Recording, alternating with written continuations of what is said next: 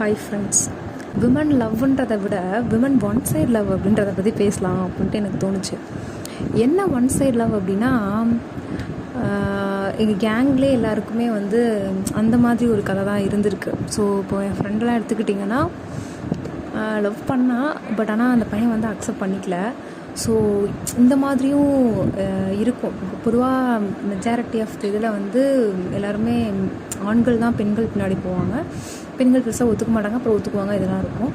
But பெண்கள் ஆண்கள் பின்னாடி போகிறதும் இருக்குது. நிறையா படங்களை நம்மளே பார்த்துருப்போம், அந்த மாதிரி இருக்குது. ஸோ இப்போ எங்கள் கேங்கை பொறுத்த வரைக்கும் யாருக்குமே அது செட் ஆகலை, எதுவுமே பெருசாக செட் ஆகலை அப்படின்றது செட் ஆகலை. பேசிக்காக நான் எப்படி யோசிப்பேன் அப்படின்னா, ஜிவிஎம் படங்கள், ஒரு மணிரத்னம் படங்கள்லாம் பார்க்கும்போது இப்படியாம் போட்ட ஒரு ஆண், அதாவது லுக் வைஸோ இல்லை அவங்க வந்து ட்ரெஸ் பண்ணுறது அந்த மாதிரி கிடையாது, அவங்க மேன்லியாகவும் இருப்பாங்க, ஆனால் அவங்கள விமன்கிட்ட நடந்துக்கிற விதமும் நல்லாயிருக்கும். ஸோ விமனாக பார்க்கும்போது இப்படி இருந்தால் ஓகே, இந்த மாதிரி ஒரு இதில் இருந்தால். ஆனால் ரியாலிட்டின்னு வரும்போது அது எப்படி சொல்கிறது, அப்படி கிடைக்காது. படித்தது விமன்ஸ் காலேஜ், எனக்கு விமன்ஸ் ஃப்ரெண்ட்ஸ் மட்டும்தான். பஸ்ஸும் எப்படி சொல்கிறது, பக்கத்துலேயே தான் படிச்சுட்டு வந்தேன். ஸோ அதுக்கப்புறம் வீட்டிலே தான் வேலை பார்த்தேன்.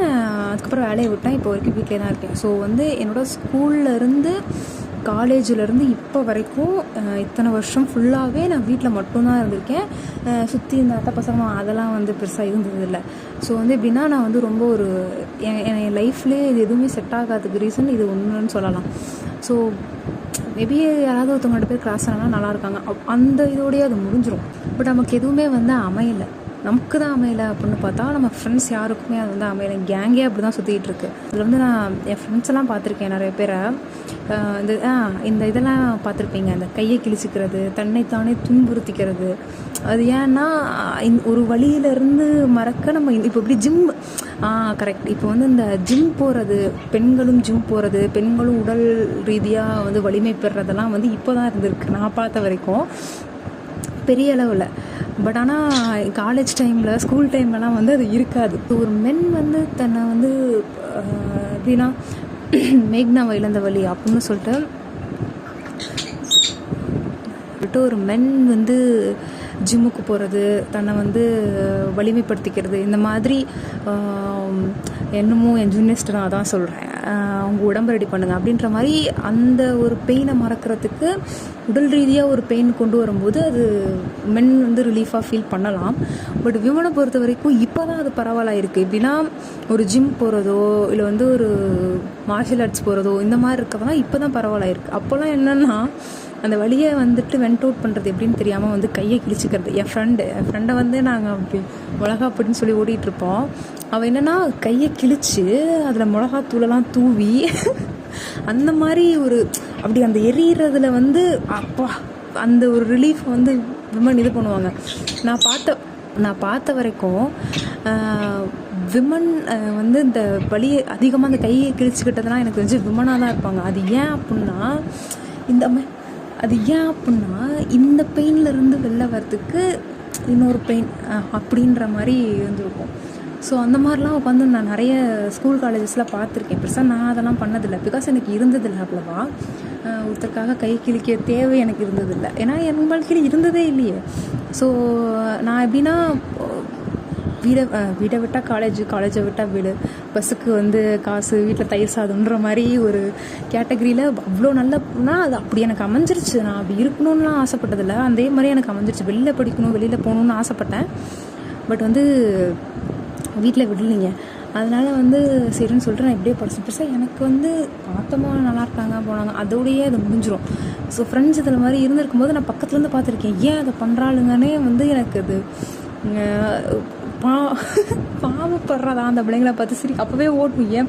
ஆனால் அதை ஸ்டாப் பண்ணிட்டானுங்க. காலேஜ் ஒரு 3rd இயர் வரும்போதே அதை ஸ்டாப் பண்ணிட்டாளுங்க எல்லாருமே. அந்த மாதிரி கை கிழிக்கிறது அதெல்லாம் இருந்ததில்லை. பட் அந்த ஃபஸ்ட் இயர் செகண்ட் இயர்லாம் அப்படியே வரிக்குதிரை போல் இருக்கும், அந்த கையெல்லாமே கிழிச்சிட்டு வருவாளுங்க.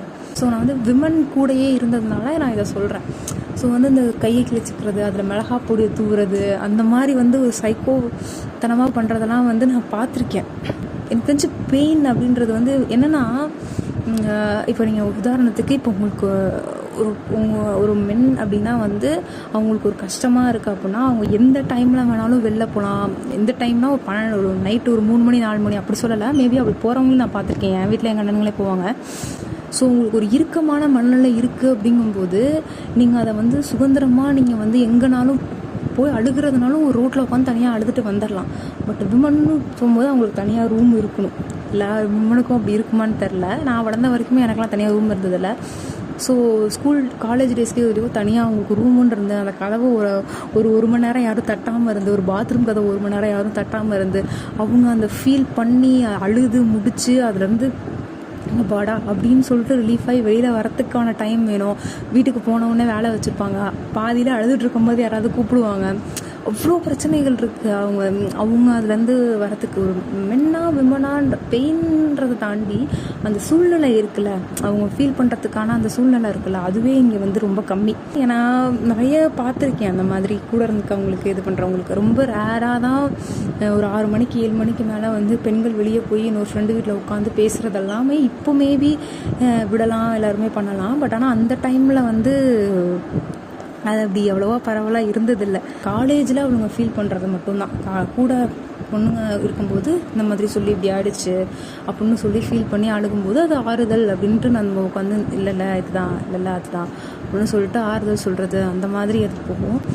மற்றபடி பெண்களுக்கு சுதந்திரமாக பெண்கள் சுதந்திரமாக அழுவாங்க அப்படின்னா அழுதுருவாங்க. அது எமோஷன் வந்து சில பேர் முதலை கண்ணீர் நீலி கண்ணீர் ஒடிக்காதா அப்படின்னு சொல்லுவாங்க. பட் ஆனால் ஒரு விமனாக இருந்து பார்க்கும்போது அப்படியே தொண்டெல்லாம் அழுகையும் வரும். ஆனால் அந்த இடத்துல இங்கே அழுகவும் கூடாது அப்படிங்கும்போது தொண்டெல்லாம் ஒரு மாதிரி பண்ணி அது ஒரு மாதிரி இருக்கும்.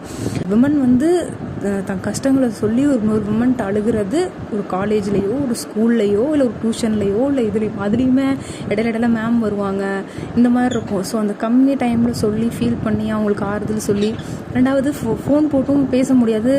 2 பேர் வீட்லேயுமே சரி, கதையை கேட்குறவங்க சைடும் சரி, கதையை சொல்கிறவங்க சைடும் சரி, ஃப்ரீடமாக அதை சொல்லவும் முடியாது, கேட்கவும் முடியாது, நம்ம ஆறுதலும் சொல்ல முடியாது. ஸோ இந்த மாதிரி நிறைய விஷயங்கள் இருக்குது. இப்போ எங்களுக்கும் ஃபீல் இருக்குது அப்படின்ற மாதிரி தான் சும்மா சொல்லலாம் அப்படின்னு சொல்லிட்டு. இந்த மாதிரி கையெத்துக்கிறது நீங்கள் பண்ணியிருக்கீங்களா? எத்தனை டைம் என் ஃப்ரெண்டெல்லாம் வந்து கை கால்கள் எல்லாத்தையுமே கட் பண்ணி கிட்டத்தட்ட அந்த போல வரி குதிரை மாதிரி தான் இருக்கும். இப்போ அவள் என்ன பண்ணுறா, அதெல்லாம் போக வைக்கணும், இதை என்ன பண்ணுறது அப்படின்ற மாதிரி யோசிச்சுட்டு இருக்கா. பட் ஆனால் அந்த டைமில் தான் யோசிக்காமல் உட்காந்து சரட்டு. ஆனால் நீங்கள் பார்த்தீங்கன்னா ஒரு விஷயத்தை பயப்படாமல் அந்த இதெல்லாம் கிழிக்கிறதெல்லாம் நான் பார்த்துருக்கேன். விமன்னா வந்து பயப்படுவாங்க, இதுக்கான அழுவாங்க. அவங்களாம் உட்காந்து இப்படி பிளேட் எடுத்துகிட்டு, அதுவும் துருப்பிடிச்ச பிளேடில் பண்ணுவாளுங்க. அதை துருப்பிடிச்சிருக்கும். அப்போ தான் வந்து அது இன்னும் ஆழமாக கிழிக்கும், அது செப்டிக் ஆகும் அப்படின்னு சொல்லிட்டு அந்த துருப்பிடிச்ச பிளேடில் எடுத்து கிழிச்சிக்கிறது, இதெல்லாம் பண்ணுவாங்க. கத்தியில் கிழிச்சிக்கிறது, நெருப்பில் வந்து சூடு வைக்கிறது.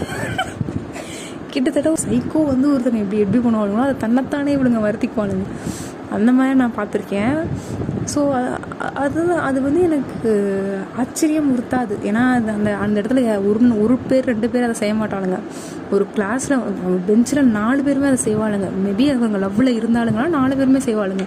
அந்த மாதிரி பக்கத்தில் உட்காந்துட்டு நம்ம இப்படி அறுத்துக்காத அப்படிலாம் அப்படின்னாலும் நம்ம வந்து கையை பிடிச்சி தடுக்கலாம் பண்ணோம்னா நம்ம கையை கிழிச்சிடும். அந்த மாதிரிலாம் சம்பவங்கள்லாம் நடந்திருக்கு. ஸோ அதுதான் ஃப்ரெண்ட்ஸ், சும்மா இந்த வீடியோ எடுக்கலாம் அப்படின்னா மைக் இன்னும் சரியாகலை, தான் இங்கே தான் இருக்குது. 5 நிமிஷம் கேட்குது, அதுக்கப்புறம் 5 நிமிஷம் ஆடியோ ரெக்கார்ட் ஆகுது, அதுக்கப்புறம் ஆஃப் ஆகிடுது. இப்போ புது மைக் தான் வாங்கி ஆகணும். சரி ஃபோனில் ரெக்கார்ட் பண்ணி எடுக்கலாம் அப்படின்னு சொல்லிட்டு வந்தேன்.